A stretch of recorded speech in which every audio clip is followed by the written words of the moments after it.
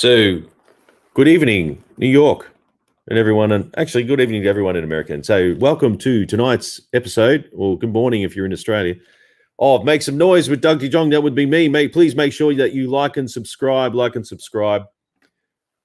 Actually, you know what? I should probably put my banner up before I start pointing at it. So, if you're on YouTube, please like and subscribe my YouTube channel, and also Vince's when he comes on in a sec. And Make Some Noise. That's me. If you have any awesome ideas, you might be supporting someone who does something amazing, please let me know. I'll be happy to make some noise about this. So today we have Vince in New York. He's going to be talking to us about how he uses the FX3 for live streaming. So we're a little bit running late today because Vince has been doing some amazing things in the background. Hey, Andrew, how you going? In California, how you going? And Steve, just down the road, how you going, man? Vince has been doing amazing things. We're just trying to get it working, doing this live streaming thing. So here we go with Vince, Mr. Parker Fly. Here we go. How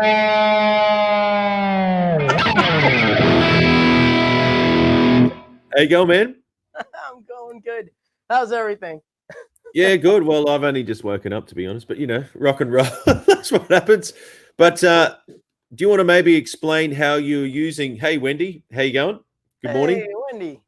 I took another photo of a kangaroo for you, so I'll have to send that through. But I'll just zoom in if you want to maybe explain how you're using the FX Sure.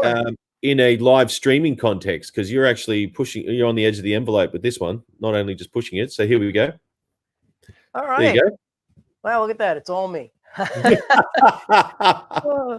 Alex. Hey, Jenny. Hey, Jenny. Glad to see everybody here. So this is a cool thing that Doug and I have been doing for, what's this, the third or fourth week now, right? Yeah, I accidentally labeled it episode 32, but, I got confused. But I think it's like episode 5 for us, I think, or maybe 4 or 5. Yeah, sorry, but back to you. It feels like 32 because of the lockdown or whatever you want to call it. So it's cool, man. It's all good. So this beast over here to my right is the FX3. And it is amazing. What I'm doing right now is I have my microphone, check 1, 2, my microphone, my guitar, my backing tracks, all going through the FX3 tonight, specifically because I couldn't get my mixer, and it's just a matter of figuring it out on my end, but because I know it's possible, to cooperate with StreamYard, which is the platform you use for your streaming.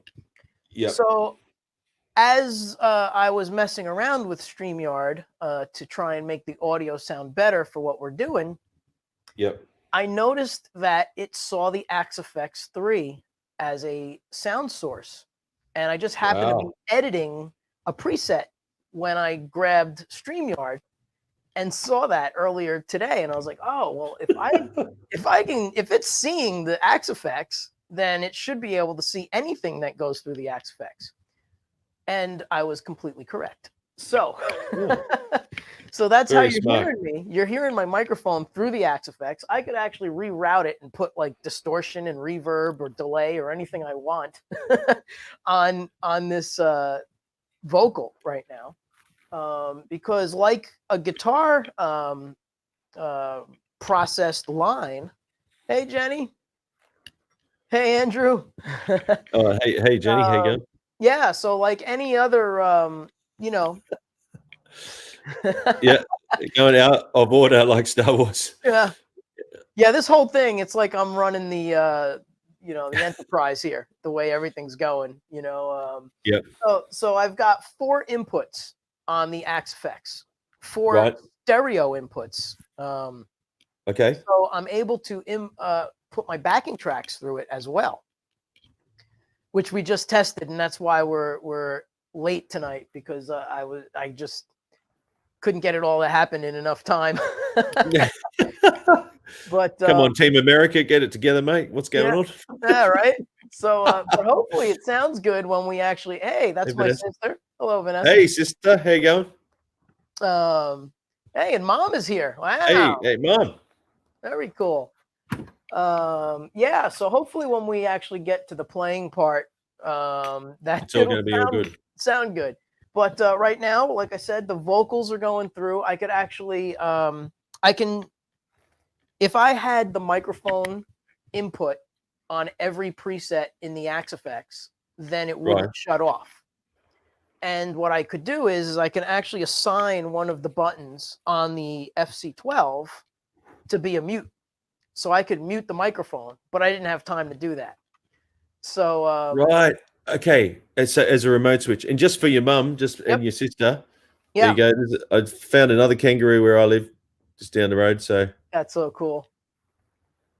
Yeah, hopping. Sorry. Anyway, no, because people ask, I've actually had feedback on the show. Are you really in Australia? Yes, I am. And they keep asking, do you have kangaroos in the backyard? I said, no, they're in the front yard. So, and it's not like your accent is fake or anything. So, Oh, can you put your voice on the wah pedal? There you go, Wendy. That would be cool. I could do that, but I'm afraid to mess with anything right now because it took so long to get to this point. So, fair enough. Fair enough. Maybe toward the end. That way, if I blow it out and I disconnect this, then we're good. And yeah. So with your backing track running it through the Axe-Fx, are you triggering it? It's not digitally being played. It's actually through an analog channel through the Axe-Fx. Is that right? I have a stereo out of my iPad going to the Axe-Fx input 4. Yep. Okay. Cool. So, thanks, Veronica. Thank you. Yeah. Wow. That's cool, man. Yeah. So input 4 and apparently I think I can adjust the levels from the front of the Axe-Fx. Maybe. I'm not sure. We could try that. Yeah. Well, just asking. And Andrew actually has. I actually have a Helix as well, Andrew Bonica in California. So I've got a Helix, but we might do a chat about that one time too. But Vince, I was just really interested in how Vince uses it. Man, thank you, Vince, for sorting this out. No, so you've got problem. So the backing track going through. You've got your microphone going through, and your guitar going through the Axe-Fx. Yeah. Through StreamYard as a yeah. So I've got the main out USB going to StreamYard. So it saw it as a choice for a sound card. So it came up as internal microphone and then Axe-Fx 3. And I was like, oh yeah, let's try that. I'm going to try that with my Helix. That'd be cool. You should be able to do it. And I don't know anything about the Helix. The last time I used Line 6 stuff was with I had the Pod HD Pro. Okay. And that was great. But then right around that time, I had gotten the first Axe-Fx. So I wound up selling that. Yeah. Fair enough. Yep. But, okay. Yeah. So that's what we're doing right now. Every Monday, what I do on my live show is something similar, except I have all the audios separately into my Behringer. And then the system that I use with the Mevo camera finds the Behringer. Yeah. So for whatever reason, I can't get StreamYard to recognize my Go mixer from Roland. It won't do it. I guess it's really not a USB type mixer, that it's truly an iPhone mixer. Okay. And then I also tried to get onto StreamYard through the iPhone, and it wouldn't see the Roland mixer like it did the Axe-Fx in the audio settings. Wow. Which, if I can figure that out, that would actually be ideal, because then I don't have to mess with anything. Yeah, because right now this is a really hot topic, right? Because everyone's got all this gear at home, and how do we actually use it to actually live stream? So, well, I'm glad for my situation, I wasn't forced to figure it out in a week. Sorry, mate. Sorry, man. Sorry. I was well, yeah, but it's always nice to learn something new. Andrew says, yeah, the Roland stuff is great for mobile, but I like I said before, my Monday night show is all Roland Go mixer. So if you tune in on Monday, you're going to hear my backing tracks, my vocal mic, and my guitar synth, anything that I've got going through the Behringer X32. Now I have that great mixer, and you're going to laugh. I take the headphone out as my submix and go into the Roland Go mixer. Wow.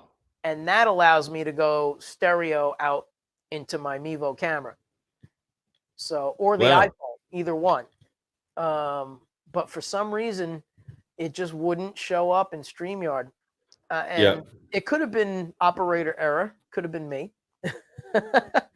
Yeah. So, but there's something there. Do you know what that product is? Do you want a Roland VR series if you want an AV mixing? Okay. I'll have to check it out. I think I did check the price. I think in Australia they're about $4,500. So in US it's probably $200. Yeah. Wow, okay. This is awesome. Hey, Phil's in New Zealand. Wow, nice. And before we make some sounds, I've got a question here from Steve for you, Vince. Okay. Here we go. Steve, he helped me fix my Harley. So actually, to be honest, he fixed my Harley. I just watched and gave him words of encouragement. Matches this guitar? Yes, that's the one. Yeah. Steve sorted it out for me. So he's asking you, how long has he been playing guitar for? Oh my. I think I was 6 when I first started picking it up and beating around with it. You know, so 3 years now? Yeah, about 3 years. Oh, fair enough. Yeah. You must be all that celery juice, mate, keeping you nice and young. It is. And I didn't shave today either. I didn't have time. I felt bad. I was like, oh man, I'm gonna be all scruffy. All right. Well, let's cut to some sounds, hey? I'll just zoom in and let's do you want to maybe just go through some sounds first? Yeah, we'll do. Also, one other thing that I am doing is the Parker Piezo is also going into a separate channel on the Axe-Fx. So that's the additional input. So I got input 1 as the regular electric guitar. Input 2, because it has an XLR, I have the lapel mic. Input 3 is my piezo guitar. And then input 4 is the backing tracks. And that's how we got working today. And when you stream live, do you always have 2 things coming out of your guitar, being the piezo pickup and the I don't know, and the electric normal? Yep, the normal magnetic pickup. Yep, the magnetic and the piezo. Magnetic. That's it, magnetic. Yep. They always go to the Axe-Fx, always. So the new additions tonight or today, as I've been messing around and trying to tweak stuff, the new additions are the microphone and the iPad. So it's amazing, man. That's so cool. Just keep pushing the envelope. Yeah, and you know what's great is, like I said earlier, because it wasn't working with you, it forced me to try something else now. So now I have this going. Yeah. And, you know, I'm sure I can improve on it. But tonight, you know, the mix might be a little weird. Yeah. Because experienced, it seems to compress certain things. Right. Because I was going to say that because I can't control the compression because we're actually connecting to another server, right? So when you're broadcasting straight to Facebook, there's nothing in between. But yeah, it's different. Yep. In this sequence, we're actually moved to a server back to the Facebook land. But here we go. I've done that with my Brian Moore for years. Now I do that with my Majesty mags and piezos. All right, yeah, run two channels. That's awesome, man. All right, well, do you want to go through some just the sounds, the guitar sounds? I'm going to leave the mic on for this, so I can talk about things. And then we'll go to a couple presets where I don't have the mic, but we can hear like some cool programming and some fun stuff that you can do with the Axe-Fx. Sweet. All right, so this is I call it V's universe because I live in this preset if I do cover gigs or if I do anything other than originals. So this is my universe. All right, so it defaults to a rhythm sound.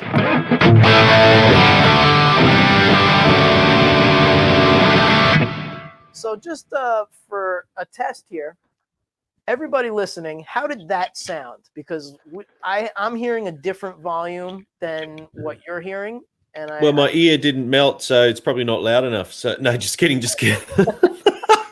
can take care of that. Give me a second. So I think it's pretty hot, but it's all good, man.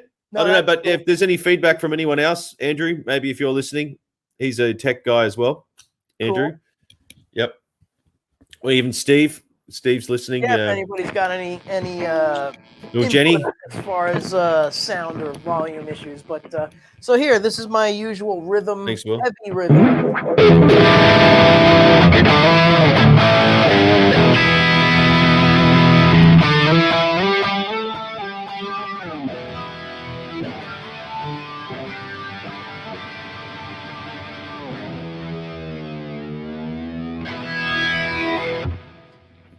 Okay, then, I just heard the compressor gods just kick in just then a second ago, but anyway, that's something I can't control. But it sounds good though. It was really loud, and it was after about 6 seconds. How did it sound to everyone else? Did everyone hear the compressor gods do their thing? I don't know. All right, next sound. Okay, cool. All right, so that's man. That's the rhythm sound. And what I'm doing right now with the Axe effects is I'm in the scenes section. So scenes are snapshots of different effects that are either on or off in that particular scene. So in this scene, it's basically just, an amp and a little reverb. So that's it right there. I'm using the Friedman, I think it's the BH, the BE maybe. I can't remember which one I chose, but give me a second and I'll tell you. All right. Details, mate. Details. And any of these sounds that we've heard so far, are they also got the PAs they pick up in them, in the mix? Not yet, but I can do that, which I will. Oh no! Oh, that's all right. No, well, I'd rather just go through some. Yeah. Oh, here we go. Some strange phasing or something. Then, yeah, we were just talking about that, Justin. I know what it is. It's because I have the microphone on still.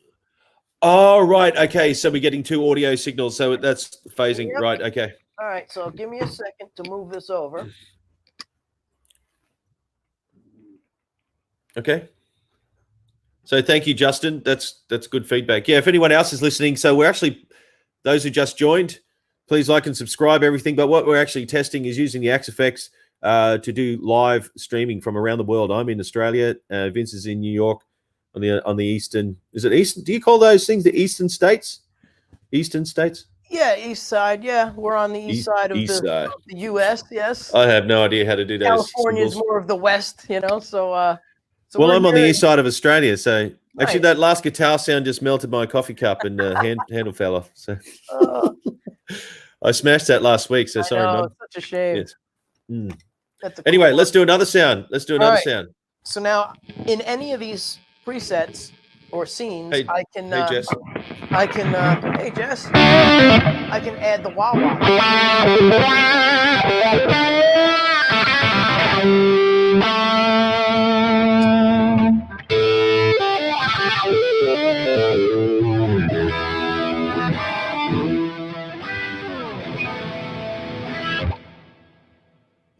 So I wonder if that phasing went away because I did shut off the mic while I did that. So did it sound any better to you? To me, this is from America to Australia. About 5 seconds in, the compressing just kicks in. But that's just anyone else listening from around the world? We got someone in New Zealand, other people in America, in California, and so anyone who's listening, please let us know because we're just testing. So. Yeah, this is a total experiment. So I'd like to listen to it back later and see how we sound. Muffled out a bit. Okay. All right. Well, I think that's when the compressors kick in. Yeah. Yeah. All right, we'll give it a go.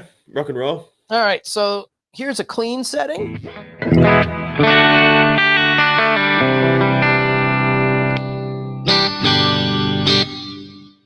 So that's just basically my single coil.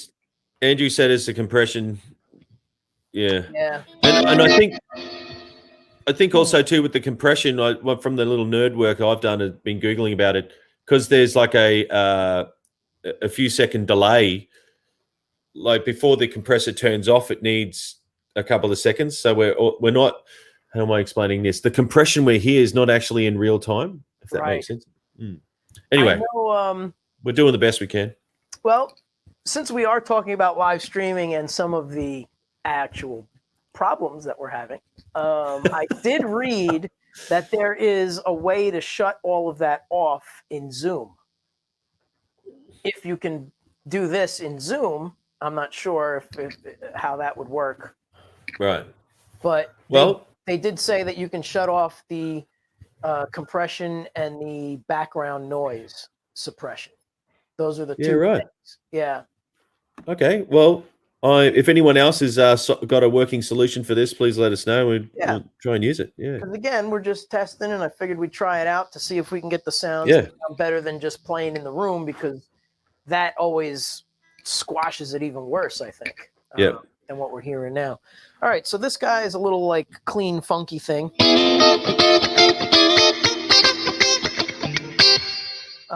Then I've got a different clean for like a bigger, like there's something there.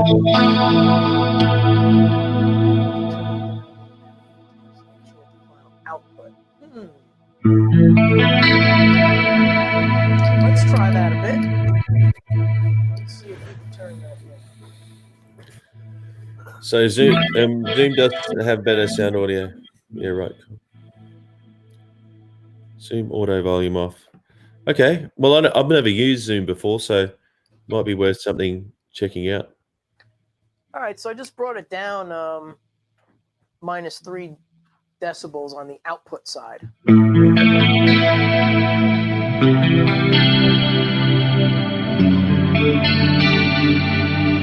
So it's just a big, lush chorus, reverb, just really large sound here.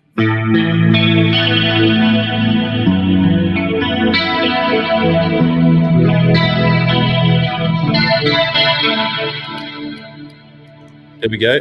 So Justin says, so let's just play for like 10 seconds or 20 seconds continuously. And let's see if it clips again with it volume down.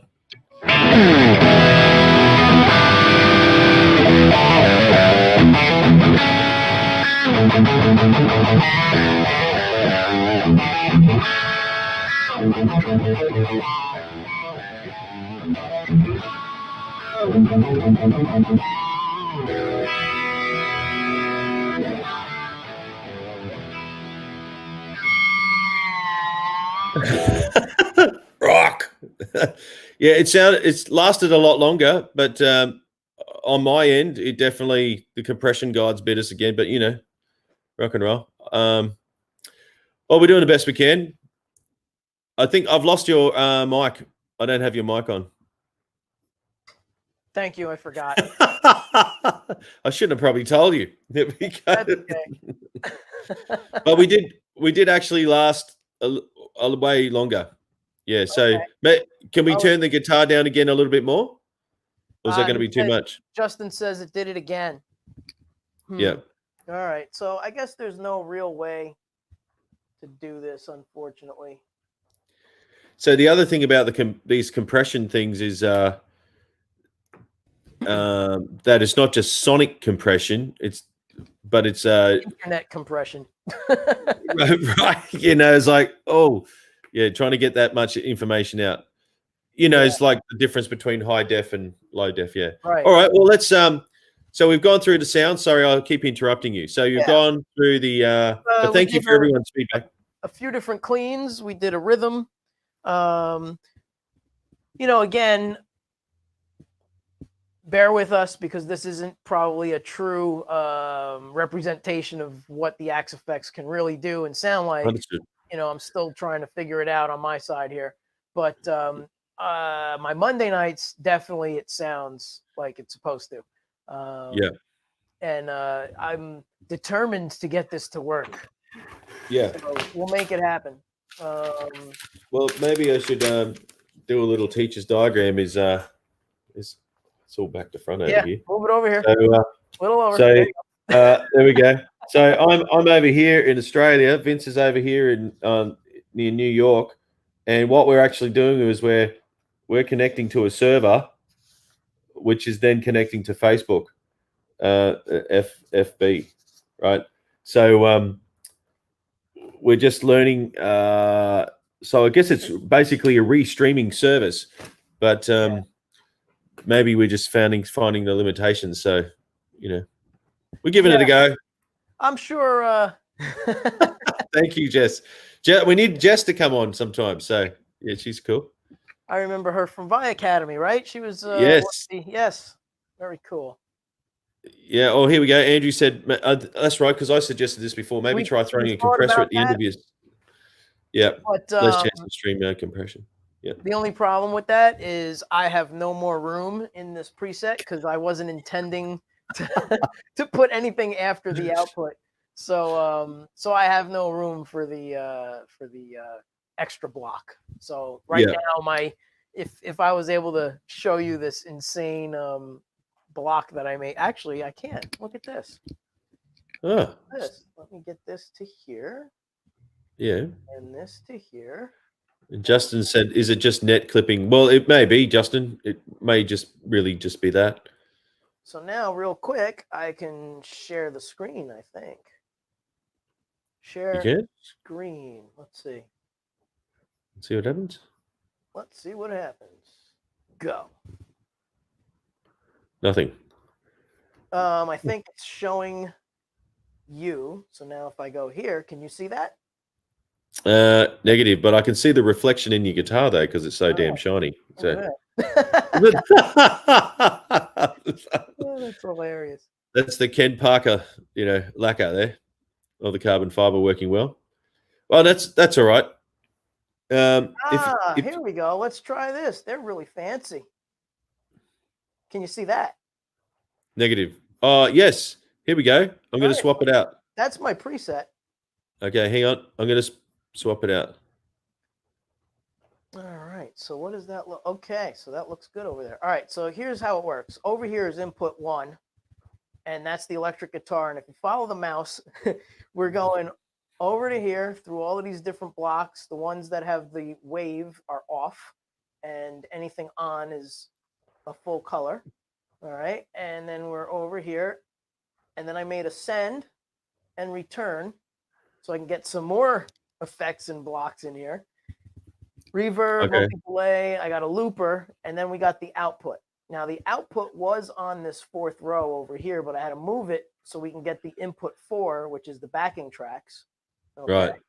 Input 2 is my vocal, and I can actually assign a button on the Axe effects. If you watch over here, this bypass button, I could actually assign a foot pedal to shut off my mic. Yeah. And then, that'll shut off and turn on the microphone. And then just over also here, need 2 turntables as well. Yes. And then over here, we got input 3, and that's my acoustic guitar, or the piezo of the Parker. And if you what if where the looper EQ and input 4, like, can we move all them back one and put a compressor in there? I think so, but when you move stuff, it disconnects. So I have to recable it. So it'll take a few minutes, and we'll have dead time. So yeah, okay, no problem. That's the only thing. So that's how that works. So now let me get back to here and get back out of sharing. Stop sharing. Hey, that was painless. Okay, that was cool, man. Yeah. Very, very cool.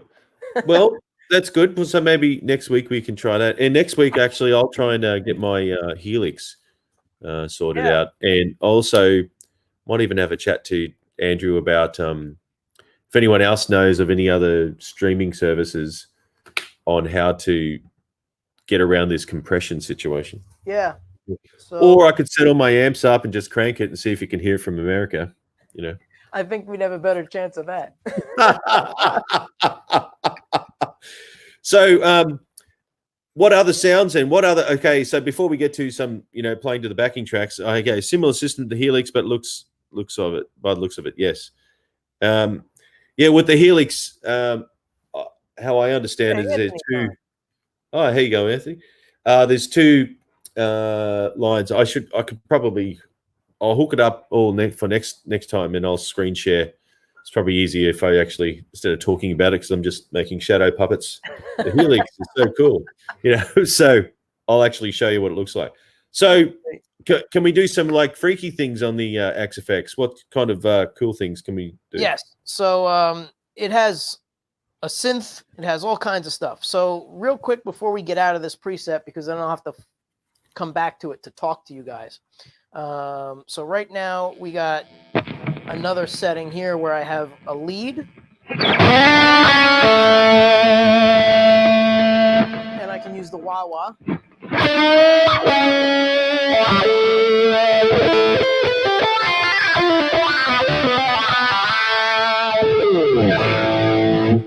And the same pedal has it goes like this. It's a pedal that actually has an access.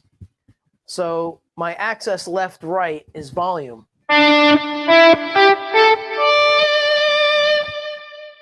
And then I've got Thanks, Andrew. On the down and up.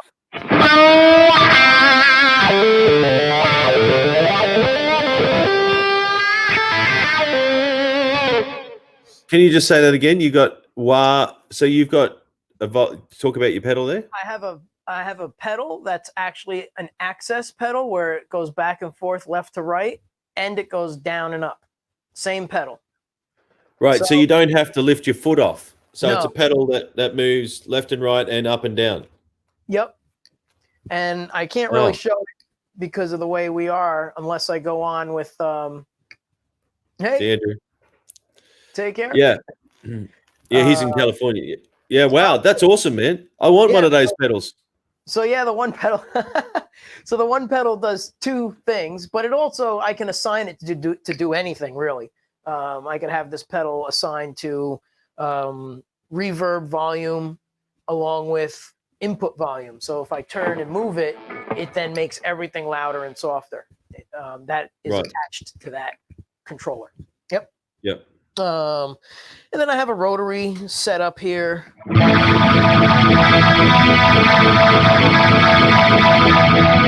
Little reverse delay. Wow. And then I have the piezo with a one-touch button set up, so I could just go to it.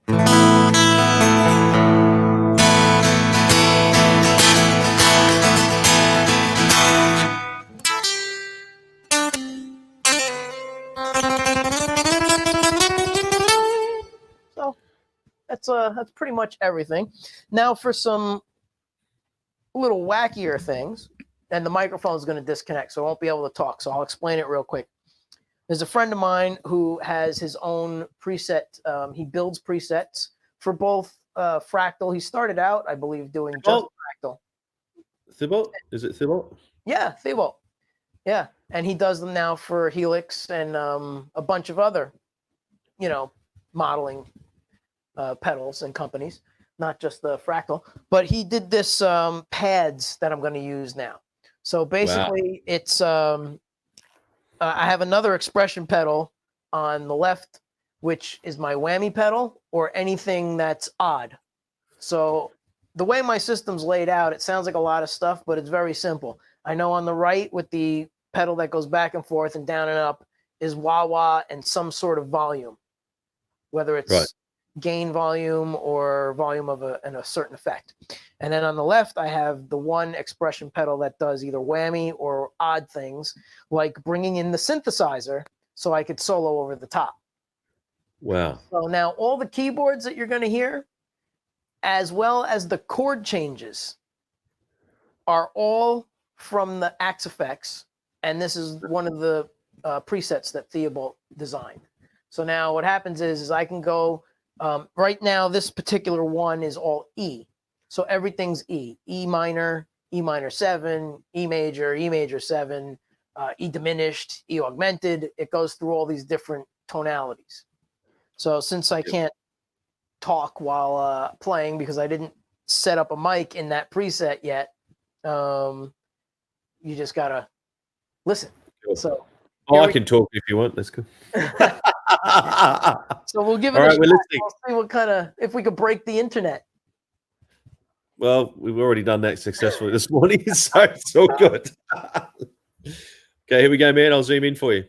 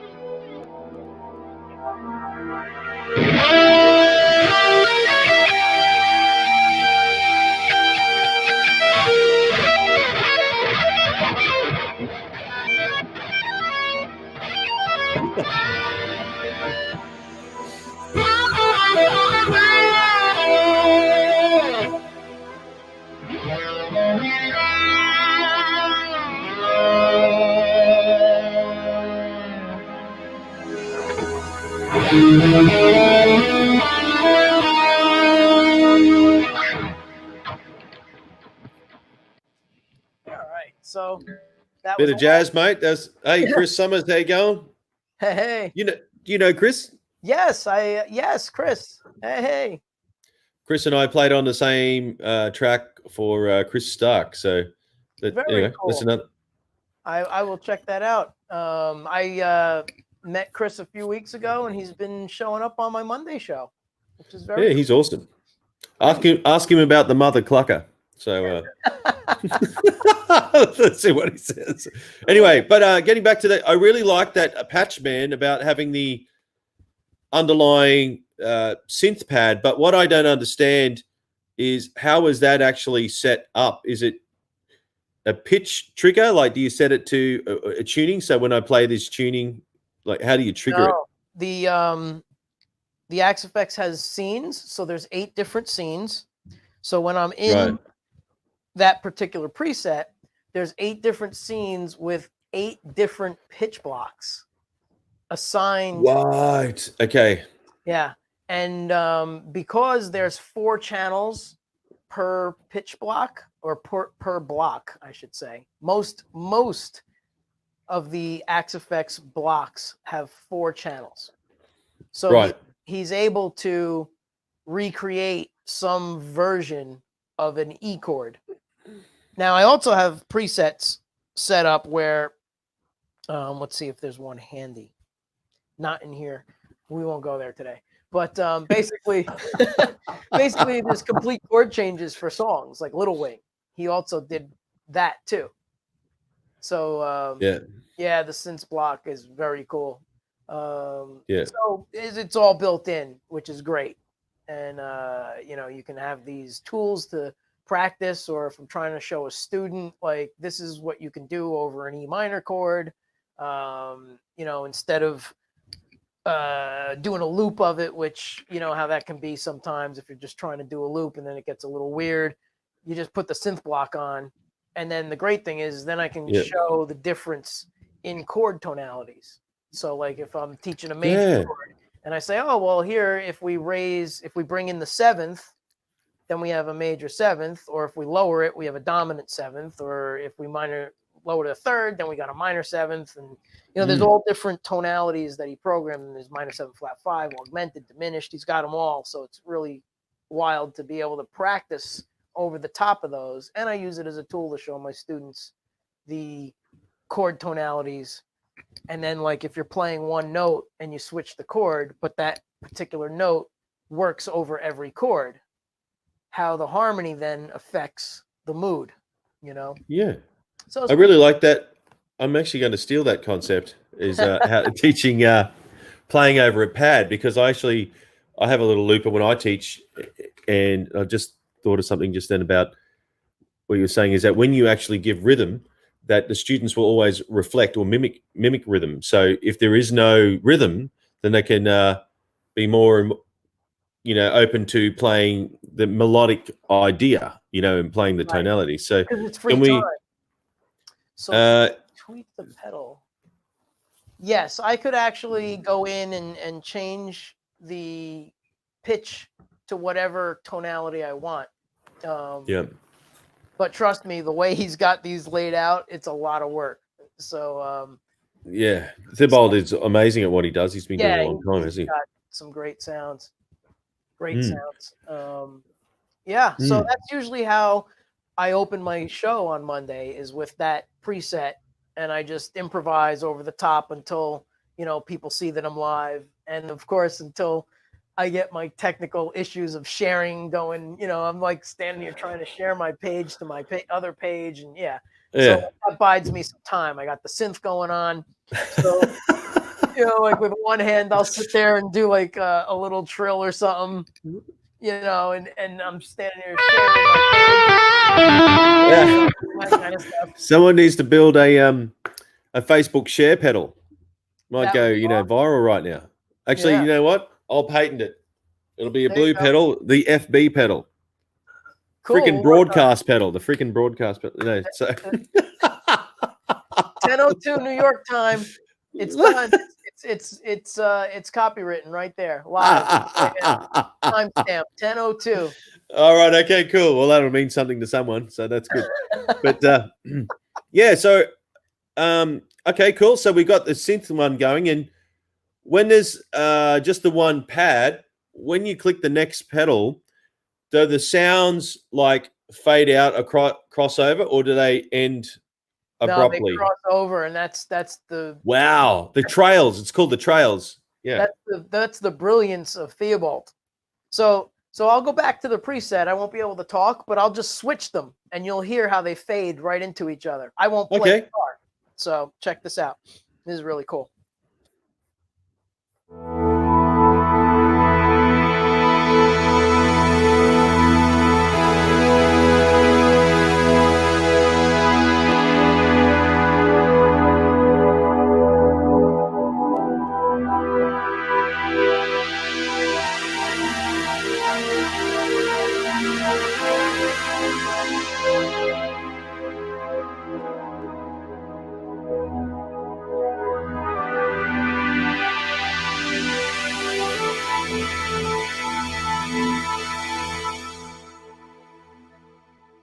Yeah, that's cool, man. I really like how it went to the augmented, from the augmented back to the major. Sharp 5, bring it back, natural 5. That's good, man. That's good. You're playing hands-free, mate. Yeah. No wonder you use that patch where you're doing all your Facebook stuff. You don't even have to touch the guitar, mate. So and then I can noodle around with one hand, just a couple of hammer-on things, trying to get this stuff working. FB Holden. There we go. Yeah. Okay, cool. So what's another some other patches that the Axe Effects can do? Okay, so freaky ones. A freaky one. Let's see here. Let's go over to here. Do you have the Smash My Coffee Cup patch? I'm not going to be able to talk to you for a second, but I'm going to play you this. Like this one? Check this out. Probably glue it on the other side. There we go.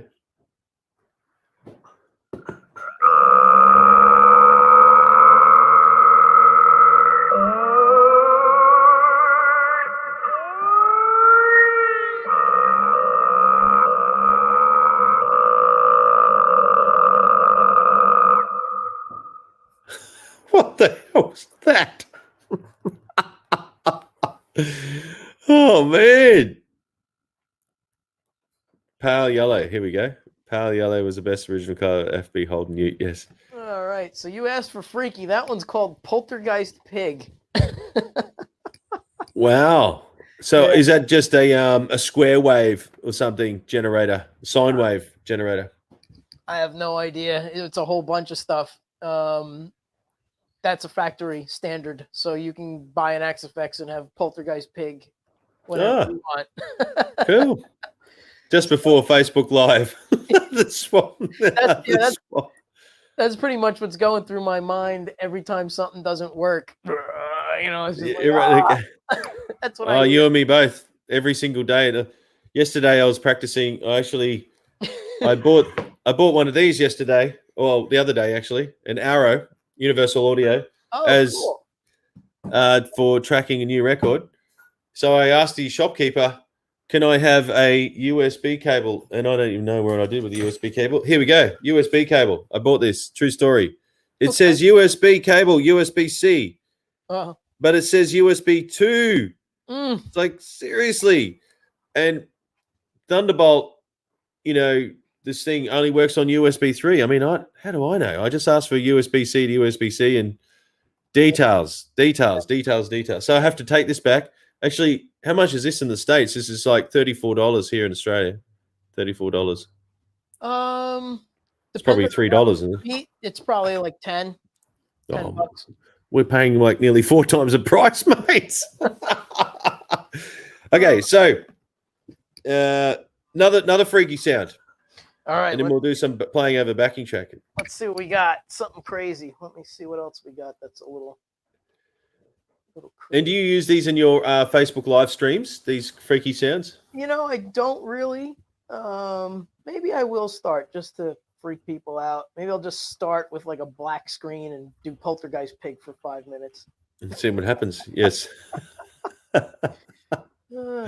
Sounded like someone got stuck in the vacuum cleaner. Yes. Yeah. But that would suck. Yeah. No pun intended. Let's see. What's another cool one? This one's kind of cool. It's not really too freaky, but it's a cool sound. All right. Off I go, and I'll play a little bit. Okay, here we go.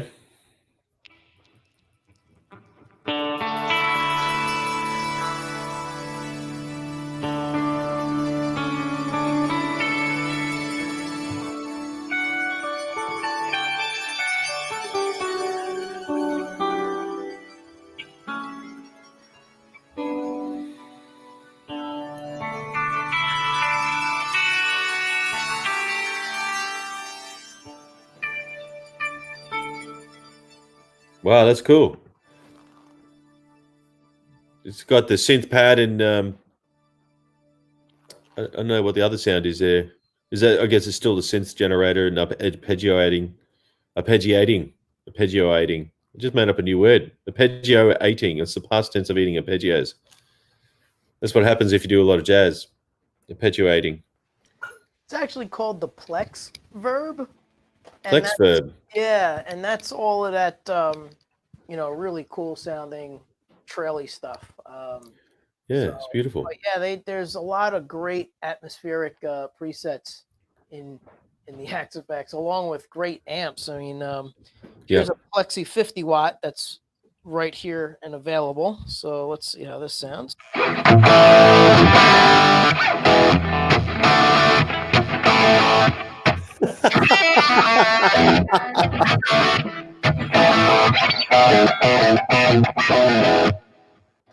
Aussie. So I get my SG for that. I hope they don't give me a copyright strike on YouTube now. I play. Oh my God. Oh, rock and roll. Yeah, you'll get a warning by the end of this broadcast. It'll say. Are you serious? Yeah. Anytime I do covers, I get a copyright warning. Basically, it says there's no strike against your account, but these guys own the copyright. So, for example, it'll be whoever, whatever record company put out that particular AC/DC song, and they're going to get all the money. And they actually give you a choice now. When you go in to edit your video, you can actually go in and take out that 3 seconds of me playing, and then you'll be out of the warning zone. But wow. Or in other words, like if you had a whole bunch of subscribers and you were able to monetize, you wouldn't make any money from this video because it would all go to AC/DC. So yeah, and what's your thoughts on that? And actually, what's everyone's thoughts on that? Because I think if they keep blocking it, like I get how they don't want to lose money, blah blah blah, but you know, the next generation are gamers. You know, if you're not sharing guitar stuff with them, you know, how are they going to like latch on and keep the thing of a problem with it. I feel, you know, that I think what the copyright now has, because back, I think it was recently, within the last few years, there was a big uproar about how they would either say you can't use this video and pull it down, or you wouldn't make any money. So, for example, if I gave a guitar lesson on how to play that song, right, and most of it was talking about technique and like the bending that he did and all of that other stuff, but then I actually play the song for like 30 seconds, then they would get the entire money that you earned from that video, because I just played that one part. No matter if the video was 2 hours long with me explaining technique, that 30 seconds would ruin it, right? I wouldn't get it. Wow.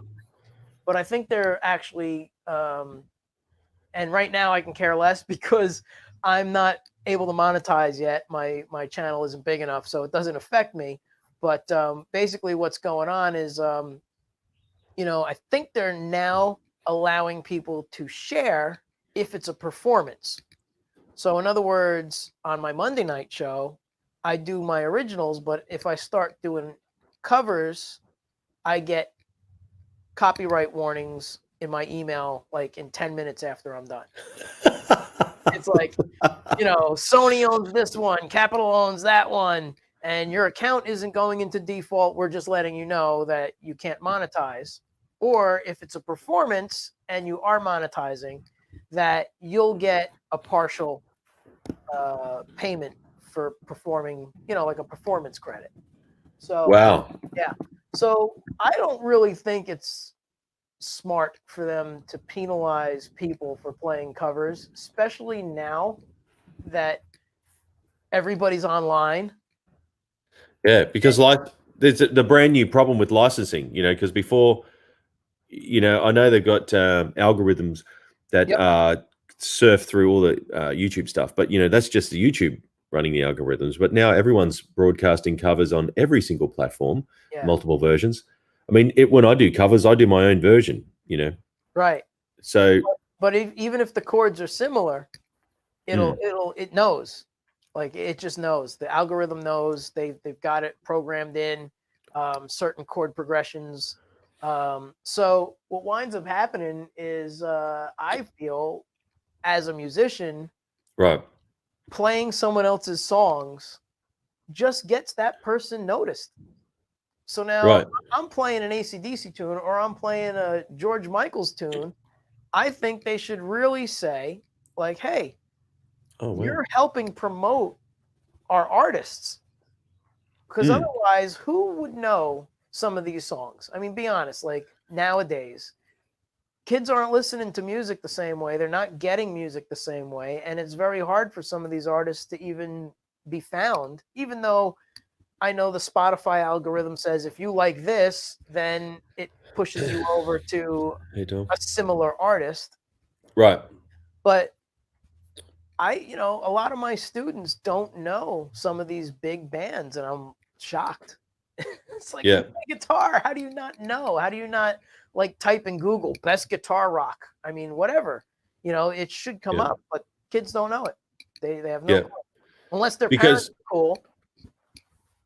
Because it was funny, you know, like how did we discover new music, you know, because we could sift through, it was accessible as a record or whatever, you know, we get a record from a relation or whatever. But now, you know, there's this big filters put on the internet. You can't, and as Justin just said, you know, like the Eagles, there's Justin's comment. There you go. Heard about that. Apparently the Eagles are some really strict. Yeah, they're blatant blockers. I mean, I play in an Eagles tribute show, and every time something goes up, it gets pulled, you know, so. Well, you can't play a D sus4 because of what's it, Take It Easy? Or is really? What song has that in it? Or maybe it's Bon Jovi, Dead or Alive. Oh, right. Really? Yeah. People are getting flagged for playing Bon Jovi. They're like, I'm just playing a D suspended 4 chord to show a video on how to play a D sus4. and Oh people wow. flagged, Yeah. Hotel California. Yeah. We should write a song called Sus 4. That's right. So, all right, cool. So if we get back to the guitar sounds, and then we might even try, if we've got this compression situation happening, maybe we can just do like 10-second bites over the guitar track, the backing track as well. Yeah, we but can see what happens. But before we do anything, sorry, Vince, does anyone else have any questions about Vince using the Axe Effects? If you want to ask questions, now would be a good time, because Vince is actually are you endorsed by these guys, or just guitar stuff that you're endorsed by? I am, and I'm actually a beta tester for them as well. Oh my god. Yeah, so I do beta testing. I beta tested the FM3. I had it since October, I think, or late September. That's amazing. You're an endorsee of Axe Effects. Yeah. I'm not on the site, but they always refer to me as an artist. So, yep. Well, you are. That's awesome, man. I met Matt Pacone, who I know Matt. Yeah, you know Matt. I met Matt. We've become good friends. I met him about, I don't know, I think it was 2009 when I first started. We opened up a music school, and I asked Larry Mitchell to do a clinic at this place where I teach, and he came out, and Matt came out because Larry had just gotten the Axe Effects. And earlier that day, Larry was tweaking sounds at my house for the show, and it just sounded amazing. I was like, this thing's great. And I had just bought, just within 5 years, I like to try and keep things for as long as possible before I jump ship. So before that, I had the TC Electronics G system. And I loved that piece of gear, and I really wanted to make it happen and use it. But after I saw and heard the Axe Effects, I was hooked. So I wound up getting one. But I met Matt that night too. And recently, before this whole COVID thing, I was meeting with Matt every Friday, and we would get together and work on the FM3 at his studio. Well, so Matt lives just down the road from you? No, he's about an hour north. So it's a reasonable drive. It's fine. What is Matt's actual job title? He's like customer support, or what? I don't know. He's the guy who personally goes to Steve Vai's house and tweaks, sorts it out. He goes to the edge, and programs his system. There were a few times where I was working with Matt, and he's like, "I got to take this call. It's the edge," So it's pretty wild. That's what he does. He works on John Petrucci stuff, which now I think another guy has taken that over, because they've got so many artists now that Matt can only do so many at a time. So, but yeah, Matt is the man. Matt is the guy that everybody calls at, all hours of the night when they're on tour, and needs, how do I get this to do this? I remember speaking to him, and he says, he had to go somewhere for Def Leppard and solve a guitar issue with Def Leppard, and all he had to do was copy and paste something. The guys didn't know how to do it. It's like what a job description. Get flown around the world as the, not a guitar tech, but the guitar, I don't know, what would you call it? Like an audio technician. He's just amazing technician. But software audio technician. Yeah. A SAT. Sure. I'll tell him that next time I see him. Yeah. I'd love to. We should get him on here. That'll be awesome. It may happen. I got to talk to him about it. We'll see. That would be because he knows me. I met him in New York. Sure, at the because I nearly bought an Axe Effects, and he was going to hook it up, but just I wasn't sure about. Here we go. I want that job. There we go. But I nearly bought one, and I've got heaps of guitar stuff. So who knows? I might get one, but that'd be cool. Yeah.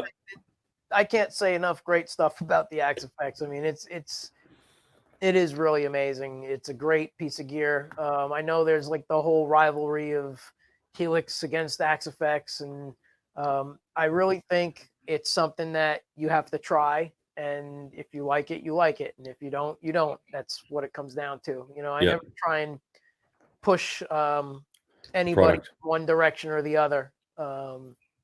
Line 6 is great. I still use their wireless stuff live. I have some of their wireless products. Like I said, I came from the Pod, which I know is completely different than the Helix, but yeah, I still got one of those. There was no Helix when I joined up with Fractal. So you can see I got one of the original ones. Just wow. Yeah, the rack. I bought. Yeah, I was on tour in. I was playing in in Czech Republic. Republic. I was on tour, and also we did a gig in Germany. I went to Frankfurt. Actually, this is years and years ago now, another lifetime ago. But yeah, but it's Line 6 everything. I got them. I got from them broke. Anyway, that's like 20 years old, that piece of kit now, but it's cool. But I was going to ask the other cool things. We should keep that on board. And if anyone else wants to get any questions, we have a question. Here we go from Dom. Sorry, here we go for you, Vince. Yes, I run it through the PA. I was trying to get on Facebook so I could see stuff because I only see a few comments go by here and there. Is that real time or is that delayed? Yeah, it's real time. Yeah, anything comes up, I put it up. Okay, I put them all up. Great. Unless they suck, I don't put them up. Basically, what I do is I run the Axe-Fx directly into the PA. So what you're hearing right now is Axe-Fx directly into StreamYard.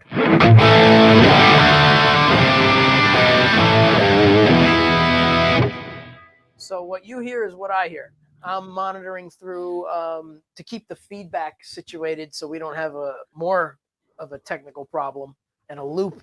I have it going through my computer desk, which is about 10 feet away on the smaller monitors. They're like 8-inch monitors. Yeah. So in the room here, it's very quiet, is my point. But the other thing I do live is right behind me is I use the Tech 21 power engine. Hey, let me zoom in. Here we go. Yep. Tech 21 power engine. Yep, and that's the Deuce Deluxe. That's the newer one, and that came out, I guess, last NAMM show, not this year, but 2019, I believe it was. And I think it's 200 watts. I don't remember now. I have a demo on it. I should go watch it. I forget how much. Oops. So I just hit the wrong button, mate. I just put you on the feet, so it's loud as hell. Very good, very good. Yeah, okay. It's loud. You can play with a drummer, and it's an FR amp, so you get what you hear from the Axe-Fx out of the Tech 21. What's FR? Full range flat response. So full range means you get the full range of our hearing. 20 Ks at 20 hertz, 20,000 hertz, kilohertz. I'm not too hip on all of that stuff, but it's all of what we can hear.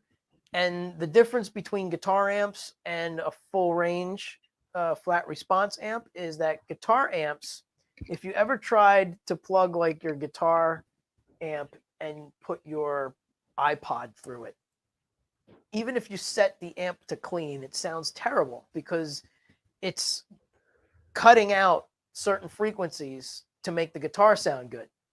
So there's a lot of lows missing. There's a lot of highs missing. But with modelers, they're kind of covering a wider range of things. So FR. Yeah, right, cool.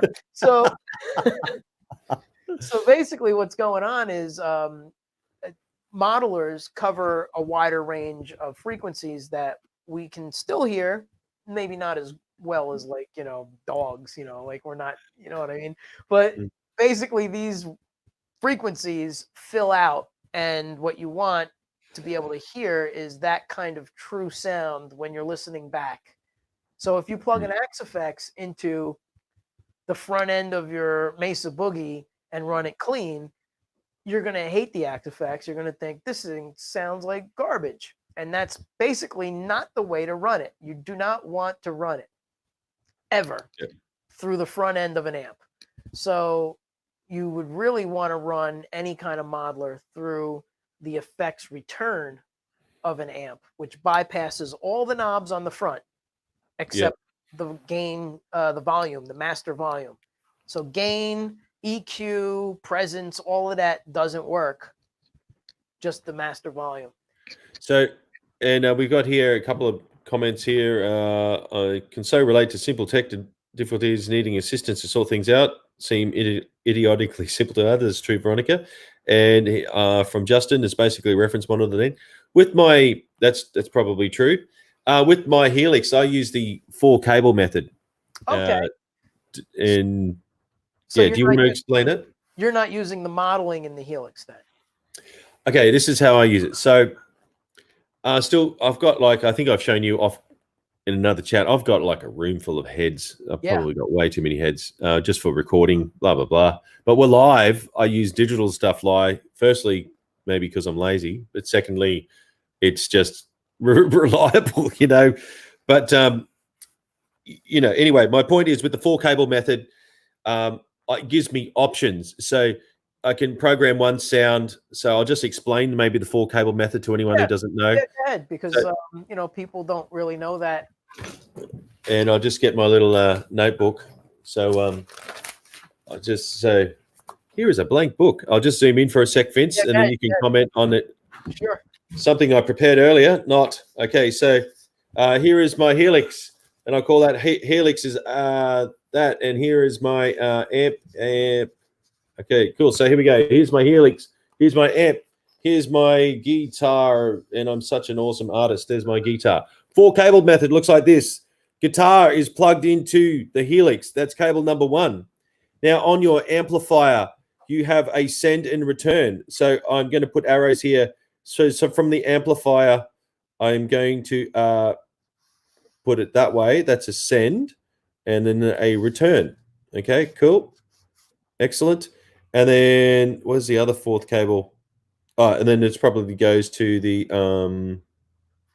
then you go to the speaker cab. There's my speaker. All right. So 4-cable method. What's going on here is that I can choose to either. Oh, actually, no. I've explained that wrong. That's a send and return, but I also can use. I could plug that into the front of the amp. That's the 4-cable method. So I have an option to use this circuit just for effects. Okay, if I have my Buddha amp, I can use just my effects, delay, chorus, reverb, whatever, if I want to. Or actually, you should probably use time effects in your loop. But anyway, I can have a stomp box for this amp, or I can use the I can use a I don't know, a Bogner model, and just go straight into the return. Anyway, any comments on that, Vince? The way I use 4-cable method is I'll take the input of the guitar, and I go into the Axe Effects, and then I have one out going to the front of the amp, and then I have a send and return going to the effects loop, just the way you got it. Yep.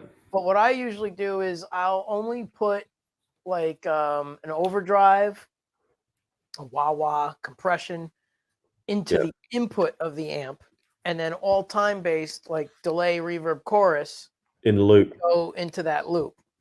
Yep. Yeah. So I should say, I should label this here if I can write upside down, down under. This is really difficult, actually. Did I write loop? Yes, sir. That looks like log poo. Okay. Anyway, loop. That's the loop. So anyway, hopefully. So anyway, getting back to that, my point there is I've been experimenting with this is because basically the Helix has I think it's got 8 outs, so that I have we got definitions here about what FR actually means. Here we go. and rock, F and rock, F and rock. Okay, and sometimes someone comments on one of my YouTube videos when I'm trying to explain it, and you should see. So I had to delete one today. They're wise guys, you know. So next time someone says something with the F, I'm going to use that as my answer. There you go, Veronica. You've influenced someone overseas. So I've been experimenting using different amps for sounds. Yes, it's overkill. So what I'm saying is I can plug all the amps in and I can route the guitar to amp 1, amp 2. You know, it's cool. It's overkill, but you know, would I really take that out on the road? Probably not at the moment. Yeah, but anyway. But getting back to the digital. Sorry, you go. Yep. Well, that's the beauty of having amps at home and recording with them. And then when you go on the road, you take something like the Helix or the Axe-Fx. You know, Metallica doesn't bring amps anymore. They're I'm glad you said that. They're 100% Axe-Fx 3, except for the drums. So basically, bass and 2 guitars are all Fractal, even the bass player. And they're monitoring through the house system. Wow. And they have a couple in ears. And if you watch some of the videos, there's one video in particular that Fractal has on their website as a demo to hear. It was a very large stadium show, and it sounds amazing. You know, and there's an interview out there with their sound tech, and he talks about how this is such a great story. He talks about how he's one time mixing, and he keeps hearing this in time with the music, but it's not coming from the drums. He can't find it. So he started soloing everything, and it's coming through the PA, like front of house and everything. He's like, what the hell is this? So what wound up happening was he soloed it, and it was coming from the guitar amplifiers. It was coming from an amp. Now, before they went and got Fractal, they would have all of Kirk's amps on a truck, mic'd. And then they ran the mic cables out of the truck into the stadium, into the mixing board. So that's called an ISO booth, where they have, So basically they had an 18-wheeler ISO booth just for Kirk's amp. Amps, I should say.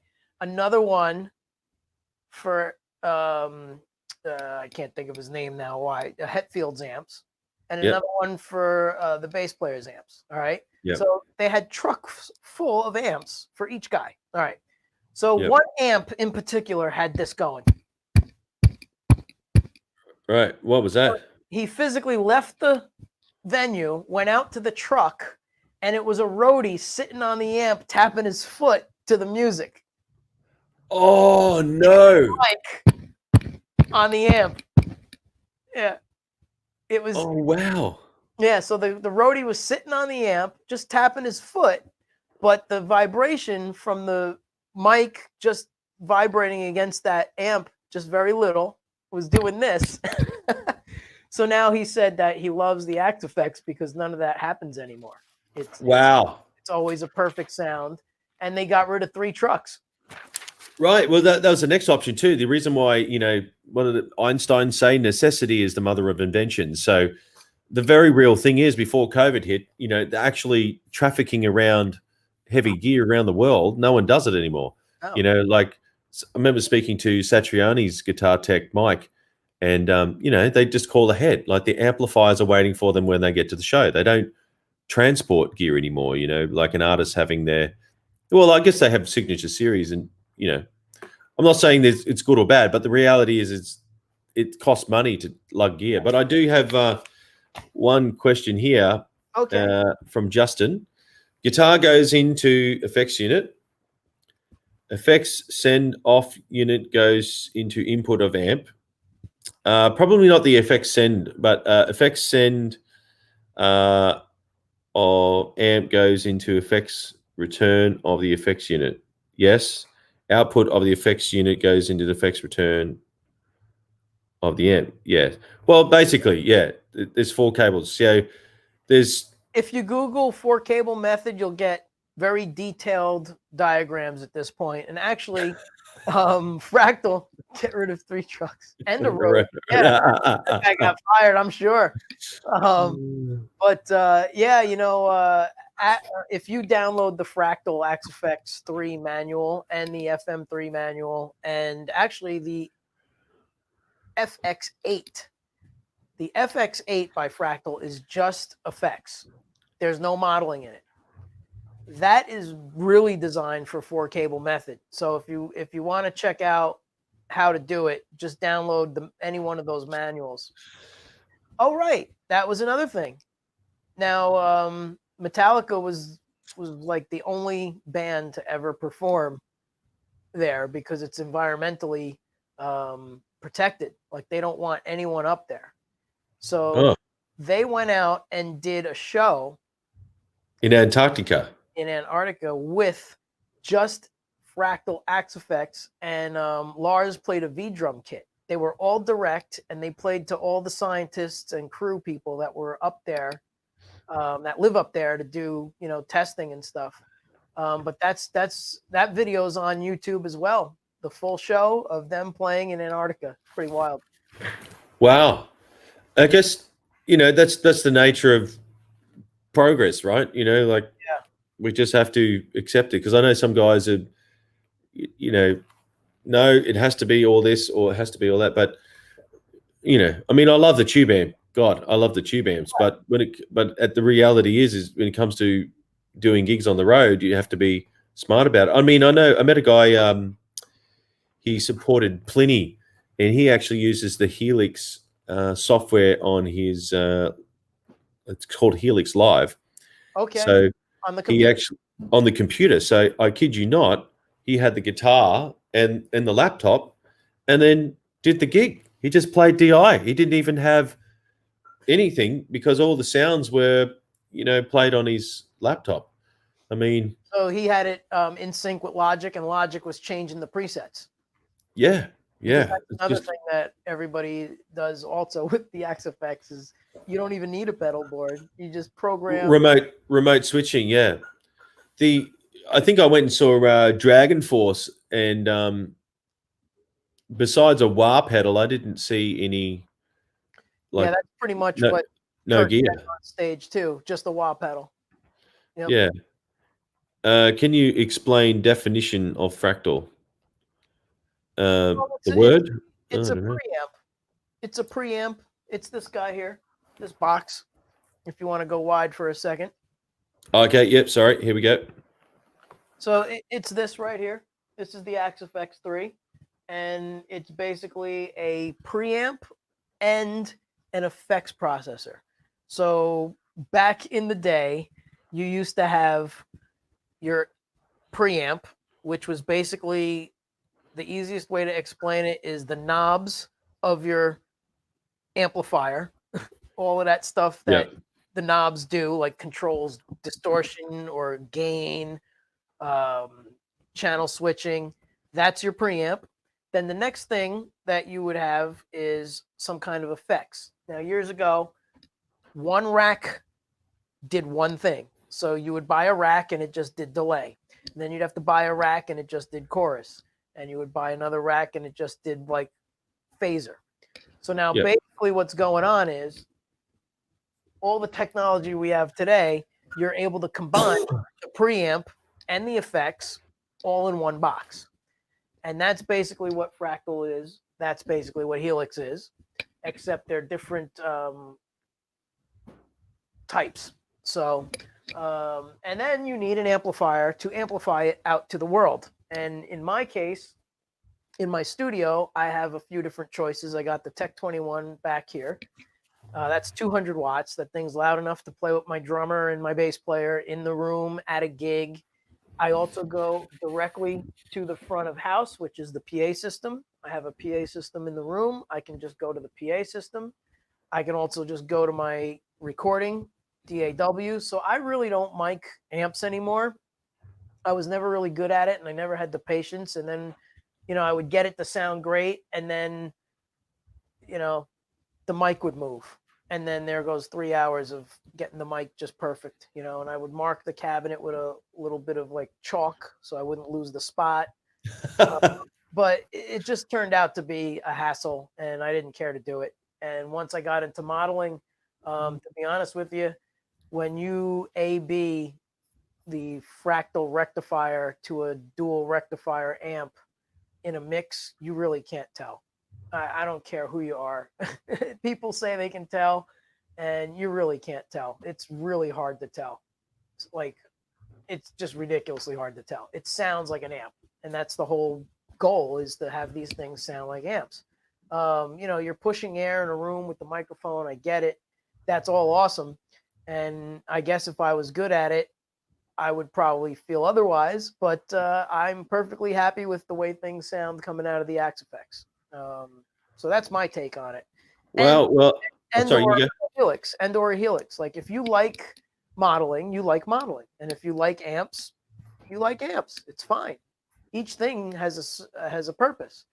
But I think, like you were saying, especially now with COVID, we're going to see more people, if and when we're able to get out and play, using less gear, because it's just hard to move around. And as soon as we get out of this, darn well gas is going to skyrocket, probably higher than it was beforehand, just because, so it's going to be expensive to travel.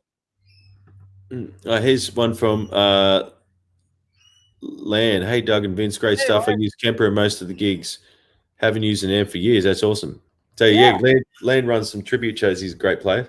Nice. And Kemper's another one. Kemper's another great unit that does modeling, I just got the definition of fractal. Veronica just sent it to me. I'll just share it on screen. Is that cool? Sure. It's the real fractal, like what a fractal is. Not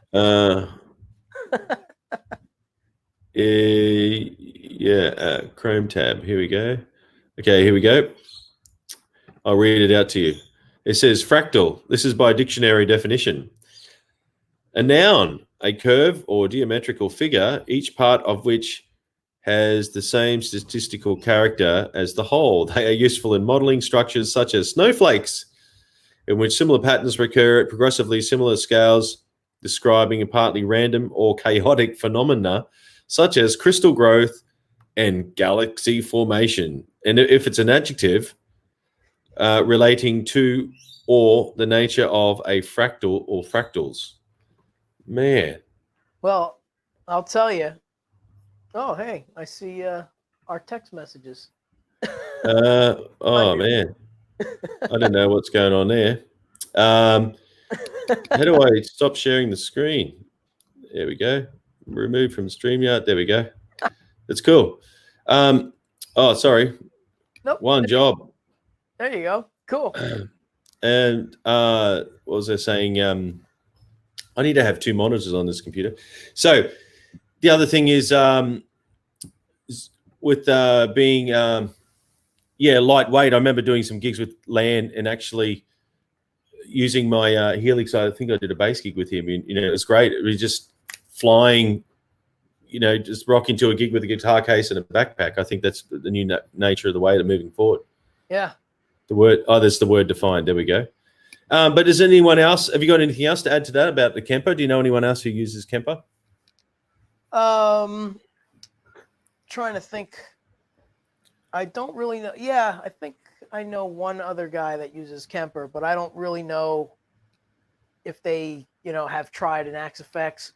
I think one guy that's a local, acoustic player, sort of. He does some electric stuff. He's been using a Kemper, and I think he got an FM3 recently, but who knows when I'm going to see him again out on the road of New Jersey cover gigs. It's like, who knows when we're going to open up. Oh, wow. Yeah. Oops. Yes. Oh, yeah. I've got to work on screen sharing. I've got some new software, but anyway, rock and roll. But yeah, is there anything else? Does anyone else have any questions about the Fractal gear? And then we'll, unless you've got any other cool things you want to show what the Fractal does. No, I'm good. It basically does crazy weird stuff, and it also does regular guitar stuff, which is my more of what I'm after. I'm really not into like the poltergeist pig sound. You know, it's a fun little, you know, but or we can, yeah, right, okay, fair enough. Or do you want to try with the backing track? But if it compresses, I'll just wave at you. Yeah, let's give it a shot. We'll see what happens. I have to switch, so you won't hear me talking. Oh, the camera. Talk about the camera. There we go. Okay. Andy said. Yeah, so the camera that I use on Monday is by a company called Mevo, and it's one camera, and it has a way to split the screen into 9 scenes. So I could actually have preset sections of the room and just tap on it and change to that camera view. That's amazing. And it's one camera. Here, I'll show it to you. It's this tiny little camera. And Robert, we will do some playing very shortly. So today's anticipation, we were just testing about the compression situation with streaming. Oh wow, look at that! I'll just zoom in. Here we go. That's the camera. It's very small. Wow. Now it has an additional thing which I can't bring over here, but yes, you can play acoustic guitar through the Axe FX, and I'll do it again real quick for you because this guitar has a piezo pickup, so it has an acoustic sound to it. That's not modeled. That's this pickup right here. Wow, it's not modeled. Not modeled. This is the actual guitar. This is the sound of the guitar. All I have on here is reverb and maybe chorus.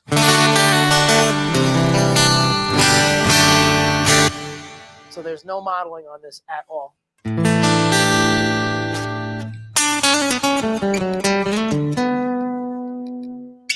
Yeah, that's just the guitar.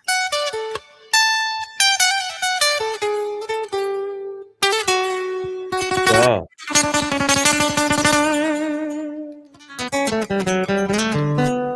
Yep. So, no, you don't need software with the camera. Basically, it works off of the iPhone. It syncs up to the camera, and everything, the app, it's an app. Everything's built into Mevo, the Mevo app. So you could program the screens in the room. It's basically whatever the camera sees, and then you can section them off and create 9 scenes. And then you just tap on the one you want at that moment. And I've been doing it by myself for, longer. Even though Wendy's been here, she's been doing all the comments and that stuff. And now I just gave her the task of running the camera because we got this great camera and it's always the same angle. So I made up some screenshots, but you can't, again, I can't like sit here and rip out leads and then change the camera angle. So, and it's impossible to do that when you're playing rhythm. So Mevo needs a foot cam switcher, which would be amazing. So yes, we did. So and it actually worked out great. So what I did was I set the camera up center room, and the band was in the center, and then I had it switch between band, left side of the room, right side of the room, band, left side of the room, right side of the room. So that's how it worked, and it was on this rotation. So we got all our guests. It was great, and the camera worked out wonderfully. And I think there's a hole in the market right now. I know another guy has actually like hacked a foot switch, MIDI foot switch for changing cameras. And I want to try and work out how to do camera switching with my Helix. But there's a hole in the market because there's musos who are getting in the streaming. But most of the streaming things I've seen are external hardware where you plug cameras into it. Yeah. And I was like, why would that be a need? Why would there be a need for that in the market? And it dawned on me, it's gamers, because they would plug their Xbox into the camera switching thing, the hardware, and then be able to multitask playing a game, broadcast to their computer, which is streaming, Right. Yeah, simple tech. But, but there's a new need for musos to have accessible gear like that, but maybe foot switches to change cameras. Yeah. Yeah. But anyway, I guess maybe here we go. Check out Jordan Rudeness live streams. Multicam is working fine. Awesome. Yeah, he's a keyboard player from Planet X, isn't he? Planet X. Dream Theater. Dream Theater. Yep. He's probably using Restream. That's another not Restream. Sorry. RECO Switcher Live or something. That's another one that I was looking at. You could use it with iPhones. You could set up 4 iPhones anywhere you want in the room, and then you can switch. It's a great system, but you have to pay to join to be able to stream. So I don't have to pay Evo to use their camera to stream. I could stream to Facebook for free. Yep. If you use live stream, I think it's called, with the RECO app. Yeah. You have a monthly payment in order to do it. So. Wow. Okay. Yeah, I'll have to look that up because it is just a developing space, isn't it? Yeah, but it could work as maybe you're streaming instead of this. I don't know. So that's not one that I used. Of course, there's OBS, which everybody uses, but all of these have their own little drawbacks. So, and you got to figure out the audio, because before all of this and people started doing it for music, it was just talking. So it wasn't a big deal. But the way these things work, if people don't understand, is, just to put it simple, the loudest thing in the room gets focused on from these apps. So if someone walked in here and started talking louder than me, you'd hear them. If something fell in the room, like a shelf broke and a whole bunch of stuff crashed to the ground, you'd hear that before you'd hear me. And that's what we're having the issue with the compression. So I think what happens is it sounds good because I'm by myself. Then we put the track on. So live streaming, broadcasting type things like this have to figure out how to make it accessible and workable with multi streams of or multi audio inputs. Yeah. Well, do you want to maybe close out trying a track, and I'll just wave at you if I'll do a little bit, and if it's terrible, we'll stop, or who knows. It'll just keep going to the end and just let it do its thing. Let me see here. Yeah, okay. So here we go. It says keep audio at 96K, CD quality. Some people say go up to 48K, but it takes up the bandwidth. That's so true. Yeah. And they won't even do that. They'll just squash it anyway. Oh, thanks. Thanks. I dress like this all the time. It's nothing special for me, but thank you. That's awesome. Okay, well, let's crank it up. If no one's got any more questions, please like and subscribe Vince's channel and my channel, and share the love for all the artists. And tonight, we've been talking about the limitations for live streaming and using all the guitar gear you got at home. It's awesome things. And the other thing that we could also mention is, without things like the Helix and the Fractal Axe effects, you'd have to mic an amp at probably a pretty unreasonable volume to get it to sound right. And now, YouTube and StreamYard is taking it and collapsing that to a manageable audio that they can handle.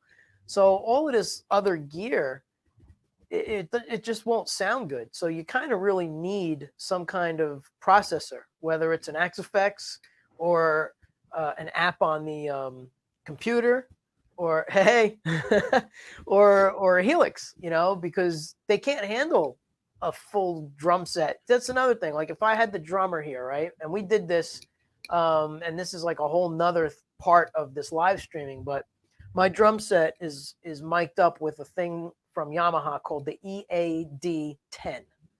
It's a little black box, and it basically acts like almost like a V-drum brain, except it's got a mic about the size of my fist that clamps onto the bass drum of the kit, and it mics the entire kit just from that mic. My first live stream, if you go back on you go back to my Vince Janela page and you go back to the very first live stream that we did, I was able to pull it off with an old Mackie analog board with the Axe-Fx Direct, the drums direct with that EAD10, and a line out of the old Ampeg bass amp that has a DI out. And we streamed live from here, our first one. But again, what wound up happening, and it sounded amazing. It sounded unbelievable. The drums sound great. Everything sounds great. But the problem is trying to get 3 guys together every week just wasn't possible. So that's how I wound up doing this by myself, because everybody loved it, but it just turned out to be a hassle to get everybody together. It was impossible. So now everybody gets backing tracks and an occasional band visit. Is it? But isn't it the same? This is the same concept we're talking about before about digital gear, about efficiency. So digital gear was made because of being efficient for traveling. And now even like exactly what you're saying about with rehearsing with your band, it's about being efficient, So we send out digital tracks, and when we get together, we're making more of our time. I guess that's the way of 2020, right? Just right. Like, let's go. Yeah. Yeah. Except we're locked down. But anyway. Right. All right. So I'm gonna have to disconnect the mic to play. So I'll play the whole song. I'm not even warmed up, so it's probably gonna be slow anyway. So excuses. Yeah. You're amazing, but thank you, man, because being a FRACTAL endorsee, which is sensational. Thank you. I mean, and that's amazing. And Parker Fly endorsee, like seriously, man, amazing. Yes. It's it's funny about the whole thing is as you do more and you hang out with different people and you start learning about the business. Again, all of these endorsements are what we talked about probably on the first episode is relationships. It has nothing to do with, how good you are or how many people come to your shows, because, I'm not Metallica, but I have an endorsement deal, I do get in front of a lot of people, especially now with the internet. But before the internet, I still got in front of a lot of people because I was playing out all the time. I still teach 50 students a week. Wow. They're like, oh, I want what you have. I want to play like my guitar teacher. I want a guitar like my guitar teacher. So you sell product, yeah. Some parents were pretty upset when they found out how much the guitars were. Well, tell them it's way more expensive in Australia for a Parker Fly. I've been looking for a Parker Fly. But I know one guy, Mark, he's got a Parker, and I don't think he wants to sell it. But anyway. But I love him, man. I really want to get one. If I find one that I think, is reasonable or I see, but you definitely want a USA. If you can get one pre-2003, that's even better. 2004 was good too. And there's nothing wrong with them. It's not that there's an issue. It's just that Ken Parker owned and was involved with building them physically, hands-on, up until 2004. Maybe a little bit after that, but not as much. And then after 2007, he was out of it altogether. So good to know. Well, if you find one, man, let me know. And I will. I have an alert set on my phone. Every morning I get new Parkers that are added, so I see them. So if anything pops up in Australia, I'll give you a heads up. Yeah, or maybe buy it in the States, and when I come and see you, I'll pick it up. Absolutely, we could do that too. All right, man. Well, let's. Cranny Music has a Music Man right now, JP Model 2016. I don't know what. If I was to switch guitars, like as far as my main guitar, I would use a Majesty, because the John Petrucci Majesty has all the features that the Parker has, and it's equally light, maybe a little heavier than a Parker, but the playability is very close to a Parker. Yeah. So that's probably a good point. Yeah, that's good, man. Yeah, all right, let's make some noise. Okay. I'll lose you for a bit. I'll just zoom in and just it is what it is. Okay. So we're just testing. This is our first live stream music broadcast, and we're challenging the compression gods. So here we go.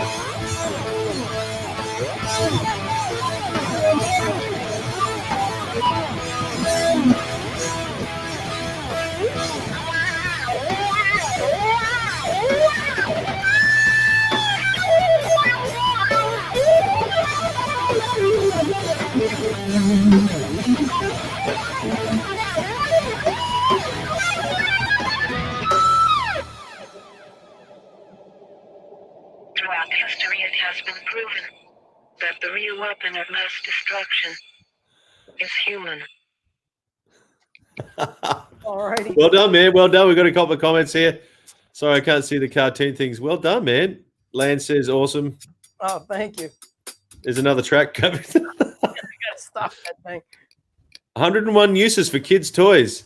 So that when I got to go to see Billy Idol, and I hung out backstage. Thanks, Robert. With Rem, Billy Idol's guitar. Well, sorry, it was Steve Stevens. He had a ray gun like that, and I hung out with Steve Stevens, guitar tech. So, do you want to maybe quickly, just before we go, explain the toy gun? Yeah. Well, the toy gun is totally stolen from Steve Stevens. Awesome. Yep. Let me zoom in. Let me zoom in. There we go. What does it do? Oh, it's so great. So it makes sounds. And then it has a pitch control. See this? Oh. So while I'm playing, I can make it go fast and slow in different pitches.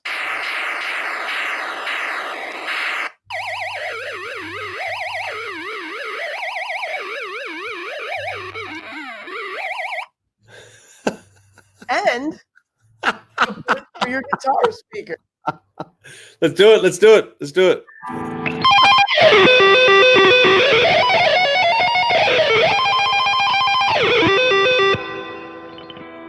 Oh, that's amazing. So I used to play the guitar with something that made noises too, but I can't say what it was. But no, that's great, man. That's awesome.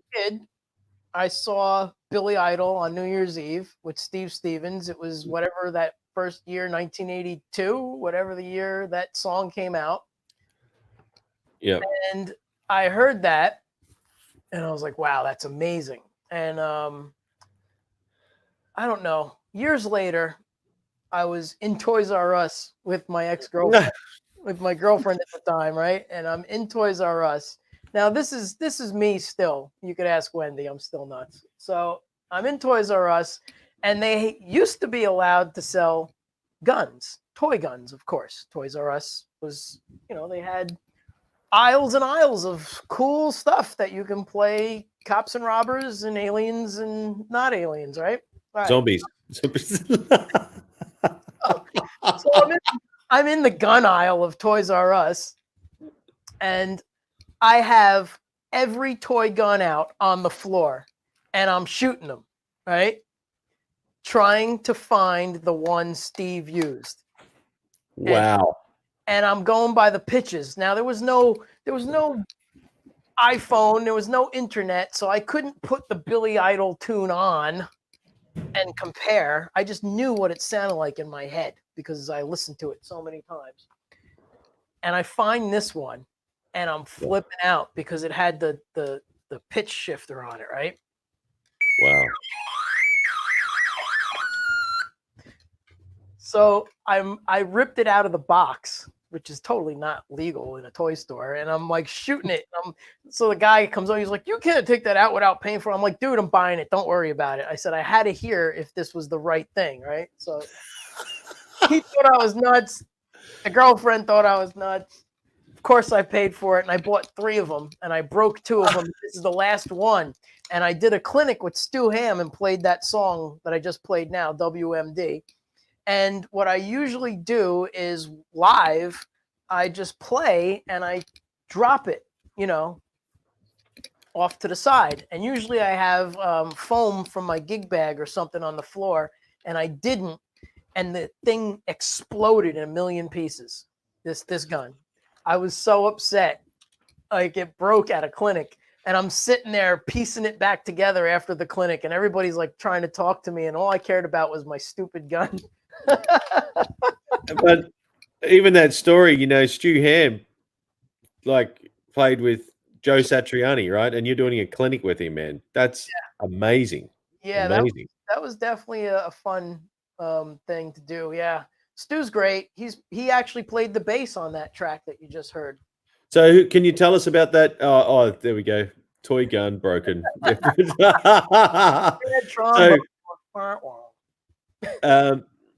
So what track did we just? Weapons of Mass Destruction. Yes, WMD, Weapons of Mass Destruction. I wrote that when the trade centers came down. That's wow. Yeah, that's amazing, man. Because you would have had been so close to it, you would have seen it. All the Oh yeah, we were able to see the smoke and the rubble. Yeah, it was terrible. Wow, crazy story, man. Man, you're a wealth of information, man. Holy man, that's amazing. That's awesome.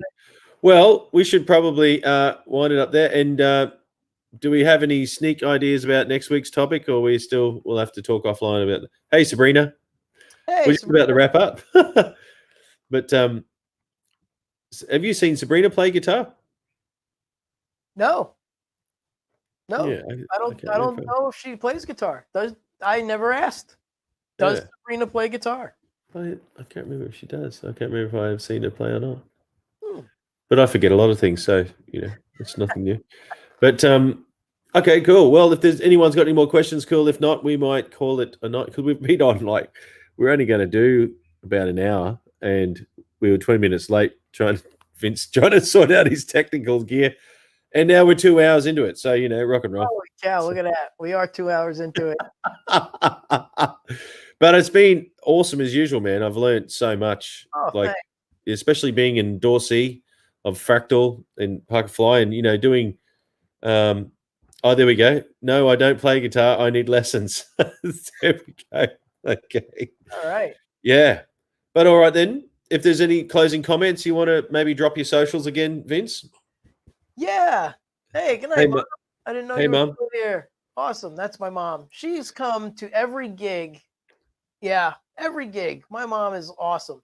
She would come to every gig. Same with my dad before he passed away. Always was at every gig that I did.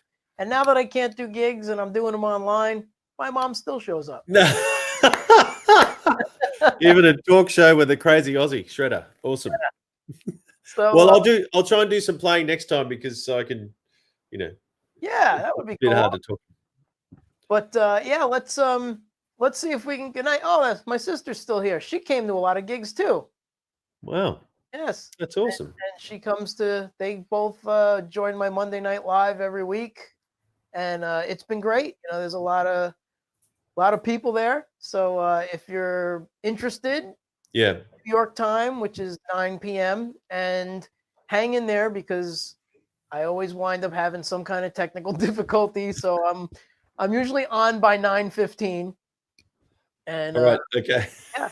At least you're honest. I love your honesty. All right, sir. And do you want to just maybe drop your social links and then we'll wrap it up? Yeah, vincejanella.com, and you can get to everything from there. I'm on Facebook, I'm on YouTube, I'm on Twitter and Instagram. Sweet. All right, thank you, sir. Thank you, Doug. Please stay on the line. Please stay on the line. I won't go anywhere. Don't drop the ray gun. Don't drop the ray gun. Try and drop anything, to be honest with you. So thank you for watching and thank you for sticking around for such a long time. Vince Janella is a legend over on the other side of the world. I'm here in Australia, actually. So for all the American crew that's watching, thank you. And here we go. I'm late to. A lot of my friends have Facebook Live tonight. That's true. And goodbye, guys. There you go. But please like and subscribe. Here's my YouTube channel. And please get on to Vince's YouTube channel and share the love. But we actually got to talk about a lot of cool things technically about using high-tech gear in live streaming and the limitations that exist right now. So please rewatch the rerun. See you again. Make some noise with Doug D. Jong. This is the name of the show. See you soon.